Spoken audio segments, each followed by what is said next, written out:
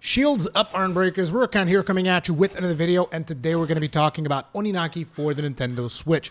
This title was sent to me by Square Enix so that I could give it a look and tell you guys my opinions on it. Before we begin though, it is important to mention this is not a full-on review because I still didn't have enough time to actually finish the game. This is my gameplay impressions video where I will go over basically all of my opinions on the gameplay of Oninaki, as well as give you a little bit of background into the story, the visuals, the sound, all of that stuff. So, as with all of my gameplay analysis videos, we're going to begin by talking about the visuals, which, in my opinion, they look pretty good. It is important to mention, however, the footage that you guys are watching is from the Nintendo Switch. As such, if you end up picking this up on your PlayStation or your PC or whatever, it is going to look considerably better, and it is also going to perform considerably better. But at the same time, I feel that on the Nintendo Switch, it still looks pretty good because this is one of those games that is carried by its art style. It's got a very strong art style that I personally really like, and as such, I don't need the best visual fidelity, so to speak, even though I still think it looks good. However, there are a couple of performance hiccups here and there, mostly during certain cutscenes, like whenever a cutscene is trying to really zoom in on characters and just get a big draw distance into the background and stuff like that. You can see that the Switch is struggling a little bit with those. However, it doesn't really affect your gameplay because whenever you are actually playing the game, the performance has been pretty stable. And this is both in docked mode as well as undocked mode. Beyond the good art style, the good looking visuals, it's also got really good animations. I like the weight that you feel behind a lot of the special attacks of the characters, and even just the regular attack of the characters. It feels weighty, which I personally like, and it also feels flashy in certain animations, and particularly when you do, like, when you just finish killing a boss, there's like this big animation of like you finishing him off with your daemon of choice, which are your weapons, which we'll get into. But yeah, overall from a visual standpoint, I don't really have any complaints whatsoever. Again, I like the art style. I think the visual fidelity is good on the Switch. It's going to be better on other platforms, so I don't think you're going to be disappointed on that end. Now, when it comes to sounds, I think the sounds are good. They're not like mega hyper outstanding, but they're good. They do their job. The soundtrack is decent, but I would prefer it to be a little bit more present throughout the game. Particularly, there are some, this was a complaint that I also had during the demo, in which in certain areas where the background music just isn't really playing and all you hear is like the wind blowing and the sound of you killing enemies. Like, I wish there was a little bit more background music there. It is important to mention, though, I think that this is an artistic choice because of the subject matter of the game. It is supposed to kind of like make players contemplate, I guess. But ultimately, I'm just not a big fan of that choice. I wish there was more background music because when the music is there, it is pretty good, in my opinion. So I just wish that there was more of it and less silence because, I don't know, I guess when you just like have silence and the sound of the wind blowing and your character killing stuff, I don't know. But again, this was something that I complained about in the demo. I wish they had done a little bit more about it. And I do think that in certain zones they might have introduced a little bit more BGM, but I just wish there was even more there.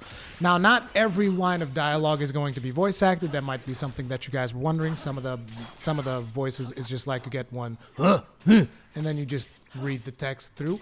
Every voice that is acted, though, is going to be in Japanese. As far as I understand, there is no dub option. Which is not really a big problem, I feel like. I think it would have been a problem if it was the other way around, like if all you had was the dub and you didn't actually have the Japanese VO. So I don't really have a big problem with everything being in Japanese. I know that some people do prefer dubs over subs, but, you know, Oninaki is going to be just straight up subs, and that's pretty much all there is to it. Now, let's get into the story, and when it comes to the story, I'm just going to give you the basic background. I'm not going to go too in-depth into the stuff that is told in order to prevent story spoilers and all of that stuff. But basically, Oninaki's main theme is of death and reincarnation. You're going to be playing as a character named Kagachi, who is part of a special order called the Veiled Watch. Now, the Watchers are special individuals who have the ability to cross over the Veil, which is essentially the land of the dead, where the lost souls dwell. Now, when someone dies in the world of Oninaki, their loved ones are actually not allowed to grieve them. And this is because the grief fills the souls of the dead with regret and prevents them from moving on and reincarnating. And due to the strict laws in regards to the incarnation in the world of, in regards to reincarnation in the world of Oninaki, it is the Watcher's duty to help the lost souls find peace and cross over. Now, lost souls that do not find peace can eventually become fallen, which are your rank and file enemies in the game. And other souls might lose their memories and they become demons, which are essentially your weapons in the game. Think in lines of the blades that you would get in Xenoblade Chronicles 2. It's something a little bit similar to that. And the story itself begins with the death of your character's parents. And because before you guys are like, oh my god, spoilers, dude, it's like, this is literally the first cutscene in the game. Before you even get to play anything, the very first cutscene shows the death of your character's parents. Okay? And the fact that your character can't grieve for his parents is basically going to shape him up as a bit of a heartless person that doesn't really care about anyone or anything, and he just kind of goes about maintaining the laws of reincarnation in a bit of a ruthless way, as you guys are going to find out in the very first minutes of gameplay. And that's about as much as I'm going to reveal. You can actually experience this in the demo. If you guys are curious about what I mean by the ruthless way in which he kind of maintains the laws of reincarnation, you can figure that out at the start, but that's pretty much it.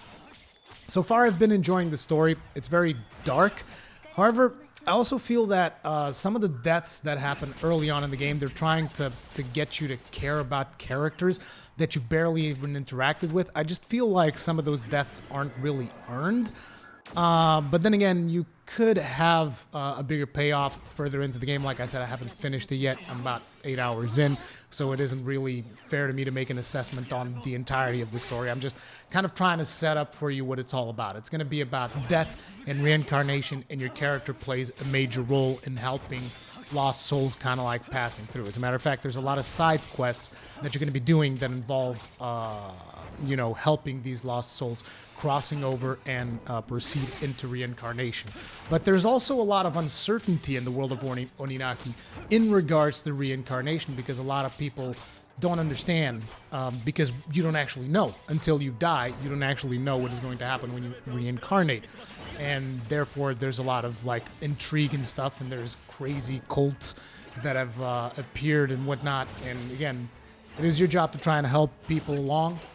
And sometimes the way in which you do that is pretty fucking brutal. Anyway, let's get into gameplay. So for those of you that don't know, this is an RPG from the Tokyo RPG team. These are the same people that have made the games I Am Setsuna and Lost Sphear, which were both turn-based combat. This, I believe, is this team's first real stab at real-time combat, and they opted to go with the isometric perspective, which is going to give you something of an experience similar to Diablo 3, even though at a little bit of a slower pace. Because, you know, Diablo 3, once you really get going, it's just like you smash through everything, you destroy everything in seconds. This game always feels a little bit more weighty. It feels like it's more important for you to actually position your character accordingly, try to avoid some of the attacks of the enemies, particularly because sometimes when an enemy hits you, it can combo you to death if you're not careful, depending on the difficulty that you're playing, which I will also touch upon difficulty further in the video. Now, as you play through the game, you're going to encounter demons. And demons are not enemies. I'm talking about these lost souls that we talked about earlier in the story bit.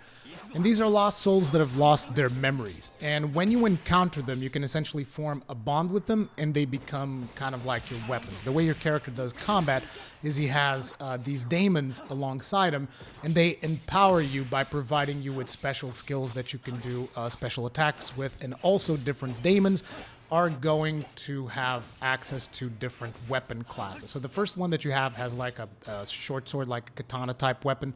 Well, katanas aren't really short swords. You get what I mean, like a fast sword, which is essentially a katana. The second one that you find is going to have a lance. And then depending on how you continue to play, depending on whether or not you find the next couple of demons, in my case, it was a demon that had a gun and a crossbow, and then another one that had a really big axe. Imagine which one I ended up playing with. I mean, just try to guess that and type it in the comments section. But anyway, these essentially are going to provide you with a different playstyle depending on the demon that you choose to use. At any point in time, you can control up to 4 demons. So you have like a party menu that you can set up at these waystone things, which are kind of like bonfires for simplification. And you can set up which demons you want to have with you, assuming that eventually you'll have more than 4. So far, I've only encountered 4. And after you equip those 4 demons in your party, you'll be able to swap between them whenever you want. There's a bit of a delay, so you have to like make a choice. Okay, I want to fight with this demon now, so you got to move a little bit away from the enemies, swap into the demon. There are skills that you can acquire at a later point, which speed up the process of swapping between these demons if you want to be able to swap with them faster. Basically, each demon is going to give you access to a different weapon and a different playstyle, as well as 4 different skills that they can equip. Each demon has more than 4 skills. As you go through their skill tree, you just have to choose the 4 skills that you want to have equipped at any given time. Beyond that, these skills are going to be cooldown based, which means that, you do a skill, you wait for a couple of seconds, you can do that same skill again, or you can do another skill and, you can chain those together. Also, you can just basically pick up a demon, use all the skills that he has available, swap to another demon, use the skills again. It's all going to be about you finding the balance that works for you between the auto attacks, the animations of those auto attacks, the attack skills that you want to use, on which situation you want to use them. Beyond that, each demon also has a special action that your character can perform. So, for instance, the very first demon that you get is going to have like this dodge move that you can do, which your character just kind of like dashes through enemies, gives you invincibility frames, stuff like that. The second one that you get is going to give you a jump. And it's like, depending on the demon that you have equipped, you're going to have the different actions. So you equip the sword demon, you get the dodge. You equip the lance demon, you get the jump. And the jump allows you to also combine that with a jumping attack. So, different demons, again, are going to give you different playstyles. So far, the abilities that I've seen is 2 different jumps. One of those jumps is a little bit slower for the demon with the crossbow and the pistol, so that you can kind of shoot while you're in the air.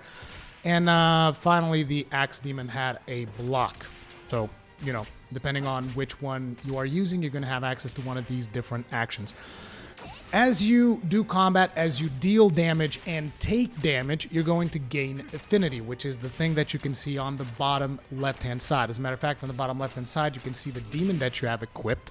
You can see the abilities that that demon has available, their cooldown status, as well as your affinity. Now, you'll notice that a lot of the time I'm going to be playing either above 100% affinity or at 200% affinity, because basically the more affinity you have, the more damage you are going to deal. And then, depending on the demons that you have equipped, you might be able to get specific skills that also increase like your critical chance, and basically you get a lot of bonuses for having high affinity.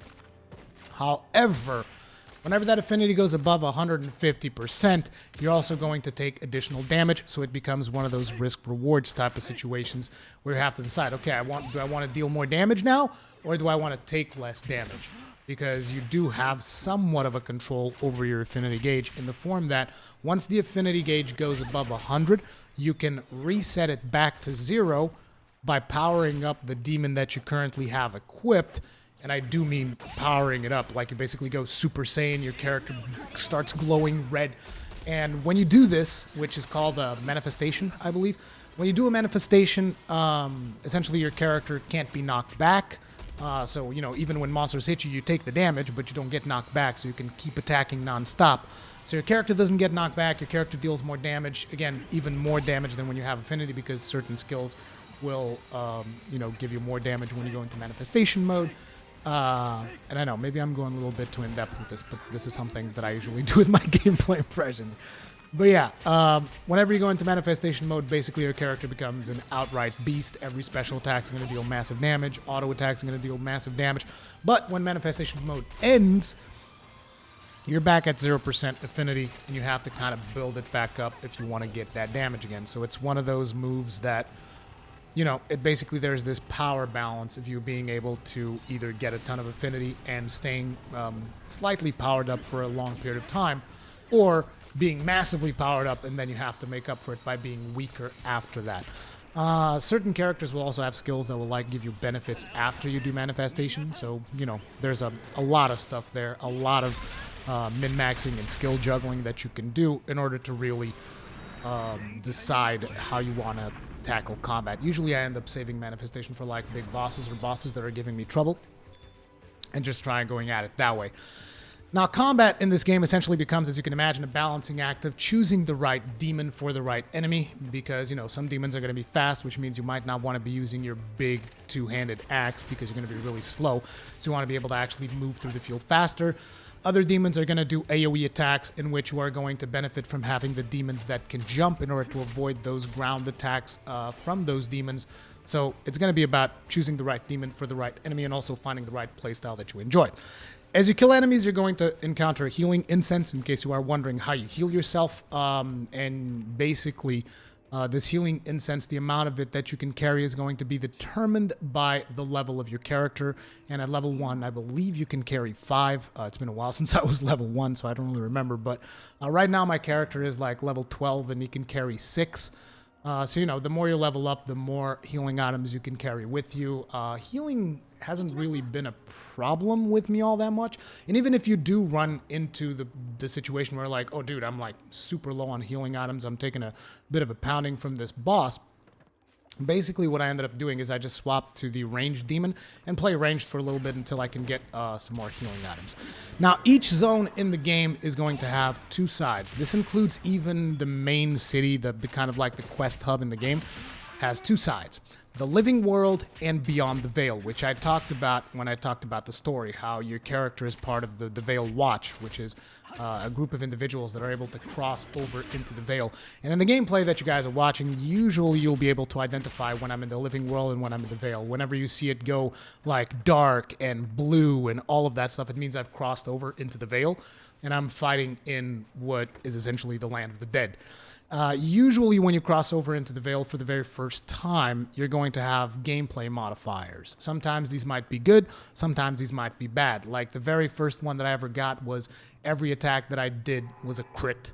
So that's a very good modifier. You basically have a 100% crit chance. Other times I've had stuff like you move slower when you are in the veil, which kind of sucks.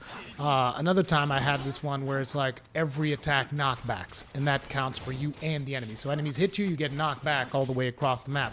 You hit the enemies, you knock them back. So you have to like choose a demon that can kind of capitalize on that, like a demon that is constantly charging forward with your auto attacks in order to make use of this knockback stuff. But anyways, for the sake of simplicity, instead of referring to these as the living world and beyond the veil, let's just talk them light and dark, okay? So, in order, whenever you start a level for the first time, usually you will be in the light side, in the living world, right? And in order for you to cross over to the dark, you're first going to have to find a special monster which is called a Sight Stealer. Now, what these Sight Stealers do is they're basically like champion monsters. They're a little bit tougher than normal, and they'll have like this shadowy aura around them. And what they do is they prevent your character from seeing in the dark world. So after you gain the ability to cross over into the veil, which is like the first 5 minutes or so in the game, you're going to be able to always cross into the veil whenever you want. But if there's a Sight Stealer around, what's going to happen is you cross over into the veil and everything's going to be black. You're not going to be able to see anything. Like, you'll see outlines of enemies here and there, but it's going to be very hard for you to figure out what is happening. And you can't actually do combat when you're like that because your character is, for all intents and purposes, blind. You can instantly swap back to light if you ever find yourself in this situation, so it's not really a big deal. However, if you are in the dark world and there's a Sight Stealer around, most of the other monsters should be able to one-shot you. I haven't really risked this in the time that I've played, but basically they let you know in the game through tutorial tips like, hey, if you're in beyond the veil and you know there's a Sight Stealer around and you can't see, the other monsters can one-shot you. So, in order for you to actually go into the dark the first time, you want to fight this Sight Stealer and you want to kill it. After you kill it, you'll be able to cross over and then you can play in the dark world. But eventually you will run into points where you'll see that darkness barrier coming up again. That means you have to go back into the living world to find the next Sight Stealer to kill him to be able to go back into the void world if you want to. So, navigating most of these zones is going to involve you shifting between the light world and the dark world, because you can't interact with stuff like elevator switches, doors, and stuff like that when you are in the dark world. However, the Dark World also has treasure chests that you won't be able to find if you are in the Light World. So you're going to have to decide, you know, do I want to progress in the level? Do I want to explore the level to its fullest extent to find all these treasures? And that is going to cause you to constantly shift between them. And sometimes you'll also need to shift into the dark because you'll find like a teleporter or something because you can't progress in the living world. So teleports will be in the dark world, doors and elevators and stuff like that. You'll have to interact with them in the living world. So you're going to be switching quite a bit. There's also sometimes reasons for you to switch into the dark world because maybe you'll find like this shadow in the light world, and if you swap on top of that shadow, you might be able to get like special loot and stuff like that. But basically, if you are a completionist, you are looking at a lot of time exploring both of these worlds in each zone, and also certain bosses might require to actually shift between dark and light during their fight. I want to say that one of the bosses that was present in the demo had this mechanic. I haven't really found one that does this in the main game in the time that I've spent, but I'm pretty sure I had to do it in like a special boss that they had in the demo. So you can expect that mechanic to come into play like that as well. And do remember that sometimes certain bosses, if you're able to choose, you might want to choose fighting them in the dark because you can sometimes have those beneficial effects. Like the very first boss, for instance, if you fight him in the dark zone, you should have 100% crit chance, which is a lot better than fighting him in light where you have nothing. Now, in terms of the combat itself, I like it. I like the combat. I think it's fun. Sometimes I still struggle with it depending on the character that I'm playing with because, again, it is important for you to pick the right character for the right moment. Otherwise, you're going to get comboed to death by the bosses. I really like the min-maxing of the daemon skill trees to achieve like a playstyle that suits you because certain daemons are going to have skills that will be passive, that will always be active regardless of the daemon that you're using so long as they are still in the party. So, you know, you're going to want to find, okay, so this daemon has, you know, more crit when I have high affinity or something like that, and it works for everyone that's in the party. Like, that's a really good skill that you might want to have. Or maybe you want to take a more defensive playstyle and you want a daemon that allows you to heal yourself when you are debuffed or something like that. So, you know, there's a lot of stuff between min-maxing the skills of each of the daemon for their individual performance as well as for the performance of the entire party. And as you guys know, I like all of that min-maxing stuff and trying to figure out something that I actually like for my personal playstyle. However, it is also important to mention that you only get upgrade materials for the daemon that you are using. So for instance, if you are playing with the Lance Demon or the Sword Daemon, you're only going to get like upgrade tokens for those daemons, which essentially means that sometimes when you find a new daemon and you want to start using it because you like it, he's going to be considerably weaker than your other daemons, and it's going to take you a while to catch up, which is why you might want to use those to like explore the dark world and try to find treasure and stuff like that, because you'll just kill easier enemies and farm out the upgrade stones for that specific daemon. There are, however, these universal stones that you can get, but they appear to be somewhat limited in nature. I've picked up a bunch of them through like treasure chests and whatnot. I think I have like 8 or 9 at this point. But you know, you have to really pick and choose where you want to use those because, like I said, those are a limited resource. It's really like, oh man, I really need this skill like right now, so I'm going to use this. Now, in regards to the daemons themselves, there's a specific feature called Daemon Lore. Now, the way this works is as you play with each of the daemons, you're going to start unlocking their skill trees and whatnot. You're eventually going to reach a point where you can't progress into their skill tree without unlocking a special node called a Demon Lore node. Now, these Demon Lore nodes, whenever you unlock them, you then have to go to the Waystone because you're going to unlock a special cutscene, and you have to go to a Waystone to actually watch that cutscene. That cutscene is going to give you some information about that daemon's past so that you get to know more about these daemons that are with you fighting, you know, against these evil creatures that you are fighting, right? Gives you a little bit more information into their background. Makes me wonder, though, because the reason you can form a bond with these daemons, the reason why they're daemons to begin with, is because they are lost souls who have lost their memories. And basically, as you unlock Demon Lore, you are recovering their memories. So I'm wondering if you can then, like, release them and they can carry on and reincarnate. I don't know. Again, I'm not far enough into the game to figure that stuff out. But either way, in order for you to unlock really the full potential of your daemon, you're going to, at some point, have to watch some of these Daemon Lore cutscenes. And after you watch the cutscene, then the skills are going to unlock. And I talk a little bit more about this further in the video in my complaints section, but you know, just know that at some point you will have to unlock these special nodes that then unlock a cutscene that then unlocks more options in your skill tree. And I'm a little conflicted about this system because watching these small snippets of the past of demons, it can become a little bit hard to track all the little side stories of all the demons that you have with you and then keep track of the main story as well and all the characters that are dying left and right and the characters that you're helping pass through.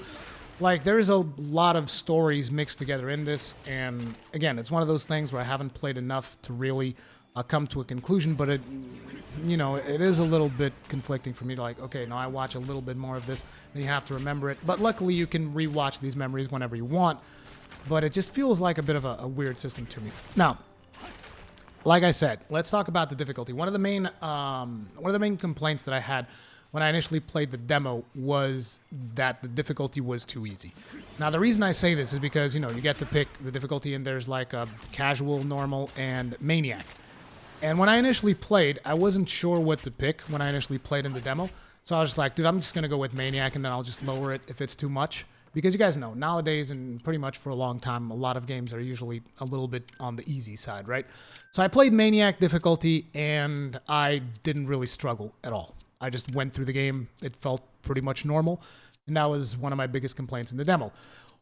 Well, they definitely addressed that little piece of feedback that I did because I started the game fresh in the full version because, again, I wanted to analyze all of the differences in the stuff that they had addressed and not addressed. And I wasn't even able to kill the very first boss. I'm not exaggerating. I spent about an hour trying to kill it, and I would always like make a mistake at one point and get myself killed. And, you know, it was pretty late in the night, but at the same time, it was really tough. So I eventually bumped it back down to normal and continued going onwards, and then I tried going back to Maniac here and there to figure out like what the balance was. And I think they fundamentally changed the philosophy behind Oninaki's difficulty from the demo into the final version of the game. Because whereas I think in the demo their thought process must have been something like, okay, you pick the difficulty that you play and you play through the rest of the game like this. I think that now their philosophy is more like, okay, look, why don't you start on normal? And then once you really power up your demons and they become really overpowered, you can then swap into Maniac because it gives you increased drop rates and stuff like that, and then you can be rewarded. Or maybe I just suck at the game. You draw your own conclusions. I'm not gonna, you know, go either way, but basically I would recommend that you'd start the game on normal difficulty. That's my personal recommendation. Feel free to take it or not. You can freely exchange difficulty at any waystone, so that really shouldn't be a problem. Just remember to save before boss fights. Save at every waystone, basically, because if you get into a boss fight, they're just going to retry you at that boss fight, and you won't be able to change the difficulty then. And I was a little bit stuck on that first boss because of that. And now I have a couple of minor complaints that I would like to address. These are minor complaints and also maybe a little bit of feedback. This could be something that the developers might want to change in the game or not. Whatever. It's not like I'm that big of a deal, but I just like to give feedback whenever I look over at some of these games, right? And this is a game that I actually really enjoy, so more so that. So now that I've spent a lot more time with the game, one of the things that's begun annoying me was the UI. It began to bother me. So here's the thing. Like I said earlier, in order to upgrade your daemons, you're going to need to go into a menu, right? Which is your basic start menu. You hit the start button, or you switch your plus button, and then you go into the daemons, and then you go daemon skill tree, and you start upgrading your daemon. Now, you will get to a point where in order to further unlock your daemon skill tree, you need to get one of those daemon lore nodes that I mentioned earlier. Now, here's the problem. You unlock that node, the skills after the node don't instantly unlock. You need to go watch the cutscene at the waystone. I'm like, okay. So at this point, you need to go to waystone. So you go to the waystone and you watch the cutscene. After you watch the cutscene, there's no way for you to level up your daemon at the waystone. So what do you got to do? You got to exit the menu from the waystone. You got to press the start menu again, go back into demon, and go back to unlock more stuff. You're like, well, that's not really a big problem. Well, now imagine that you need to upgrade 3 demon lores in a row, which I have done in some of my demons. I just went straight through because I had amassed a bunch of skills in that specific demon, and then I was just like, okay, I got to go unlock these 3 demon lores. So you got to go start menu, demon skill tree, unlock the demon lore, exit out of all those menus, go back into a Waystone, go in there, go watch the Demon Lore cutscene, go back out of the Demon Stone menu, go back into the main menu, go back into the skill tree, unlock the other Demon Lore, and then go back into the Waystone, watch another Demon Lore cutscene, then go back into the start menu, go back into the Demon skill tree, and then unlock a third. It's like, come on. What, you should be able to just, like, in the Waystone menu, upgrade your daemons. There's no reason why you can't upgrade your daemons in the Waystone. Again, it's not a big deal. It's just something that can get really annoying if you're like me and you hoard a bunch of skills, and then you're just like, okay, now I want to unlock a bunch of stuff, make my demon really powerful. And you're just, like, juggling menus back and forth. And in line with this particular complaint, another thing that really annoys me is navigating the Daemon skill tree. It's a goddamn nightmare. Like, I'm really sorry, because here's the thing. I see what you guys were going for. It's very artistic. It's very pretty. It looks like a painting. It's all good, okay? It looks fantastic. The problem is it's not intuitive. It is not intuitive at all. It's very hard to navigate with an analog stick. Like, this would be a fantastic skill tree for you to navigate with a mouse. Okay, you can just go with the mouse and like, okay, this connects here, this connects there, but like, it is not intuitive at all to do with an analog stick or a D-pad or just like navigate that skill tree. It's just straight up, it's art over function. It's very artistic. It doesn't feel functional at all. A lot of the times that I'm selecting a skill, I'll have to like look at it 3 or 4 times to really figure out, okay, does this actually connect to the node that I want? I need to go double check the like 2 or 3 nodes in front of the node that I actually want and then navigate the way back. And it's not intuitive, it's not very good, and it could really use an overhaul. I'm not sure if they tested this with keyboard and mouse or what the deal was with that, but for controller, it is terrible. And finally, my last complaint is every zone has 2 sections, right? The light world and the dark world, like we talked about. And one of the things that I really wish we had is a way to detect treasure chests from the living world. Because here's the thing. The only reason for you to go into the dark world beyond, you know, needing to navigate through the map or something like that is getting treasures. So basically they give you 2 maps, which are essentially the same map, but it shows you the part that you've explored in the living world and the part that you've explored in the dark world. And it's like, a lot of the times I'll want to explore the whole map, but I don't want to do it twice, because it doesn't make a lot of sense, because mostly the world is just like void. The only thing there is more enemies for you to farm if you actually want to do that. You might also come across the occasional daemon, but ultimately, you know, it does get a little bit repetitive having to explore those 2 worlds. So if I was able to just explore the living world and then just have like maybe one of the side characters that walks around with you could tell you, hey, there's like a treasure chest over here. So you might want to cross over into the Vale in this section. And then you can cross over and maybe you even figure out, oh crap, there's a site stealer around. I can't cross over here. I have to go find that site stealer. So it would make exploration more enjoyable for me if I was able to just like detect treasure chests from the living world. But again, maybe that's just me wanting something that, you know, the developers don't intend for. I don't know. But it just feels like there isn't a lot of reasons to explore the dark world on account of the fact that a lot of the stuff does take place in the living world. I like opening doors and interacting with living characters and stuff like that. And I don't know, there's just something about it that I just wish there was more connection between these 2 worlds, because the enemies are independent. So it's like if you kill 20 enemies in the living world, you then go to the dark world, there's going to be like 20 more down there. And they might be different, they might be the same, doesn't really matter. But the point is, it gets very, very repetitive. And again, this may be something that the developers actually want like that, but I just think that just having a little marker with that when you're on the living world, it just shows you, hey, there's an interesting thing in the world, in the world of darkness here, would make the game a little bit more accessible and just overall more fun. But anyways, in conclusion, overall, I really like the game. It's not perfect, but it provides an interesting story so far. Solid gameplay, a lot of min-maxing that I like. According to the developers of the game, this game can last between 30 and 50 hours depending on how many side quests and exploration you do. Now, if this looks like a game that you are interested in, my advice is basically pick up the demo. Just pick up the demo because they have a demo available and it should be fairly easy for you to figure out whether or not this is a game that you will like. And the progress that you make in the demo actually carries over into the final game. So you pick up the demo, you know, decide whether or not this is something that you want, and then the progress carries over and you have nothing to lose. Overall, I personally enjoyed the game. I think it's a really fun game. I think it's got a couple of flaws here and there, but overall, it's been a very positive experience. Anyway, let me know what you guys think about this in the comment section down below. Thank you very much for watching the video. If you did enjoy it, if it helped you out in any way, hit the like button. If you didn't enjoy it, hit the dislike button because feedback is also important. Let me know what you think about it. Comment section down below if you do enjoy my content. Subscribe, hit the bell notification icon so that YouTube occasionally notifies you of my videos. Stay strong, and may your shields never break. 私の剣戦ご覧に入れるお呼びとあらばはっ